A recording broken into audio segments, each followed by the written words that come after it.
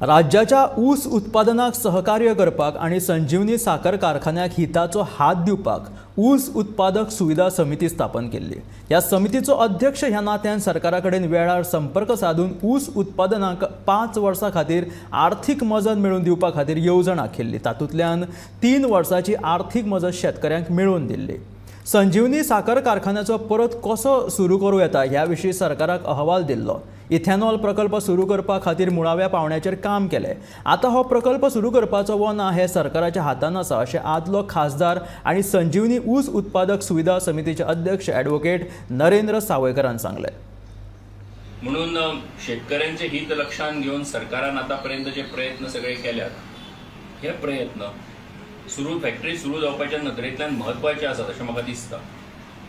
आणि म्हणून म्हजो स्वताचो जर म्हणत जाल्यार पर्सनली म्हजो शुगर फॅक्टरी कडेन हांव स्वता एक उस्कार, आमचे घरचे सगळे जण उस्कार आशिल्ले कारणान आमचो एक स्वताचो इमोशनल अटॅचमेंट हे शुगर फॅक्टरी कडेन आसा। आणि म्हणून ती सुरू जावची हेचे खातीर पर्सनल एक इच्छा म्हजी स्वताची आसा आणि बाकीचे आमचे सगळे आसा।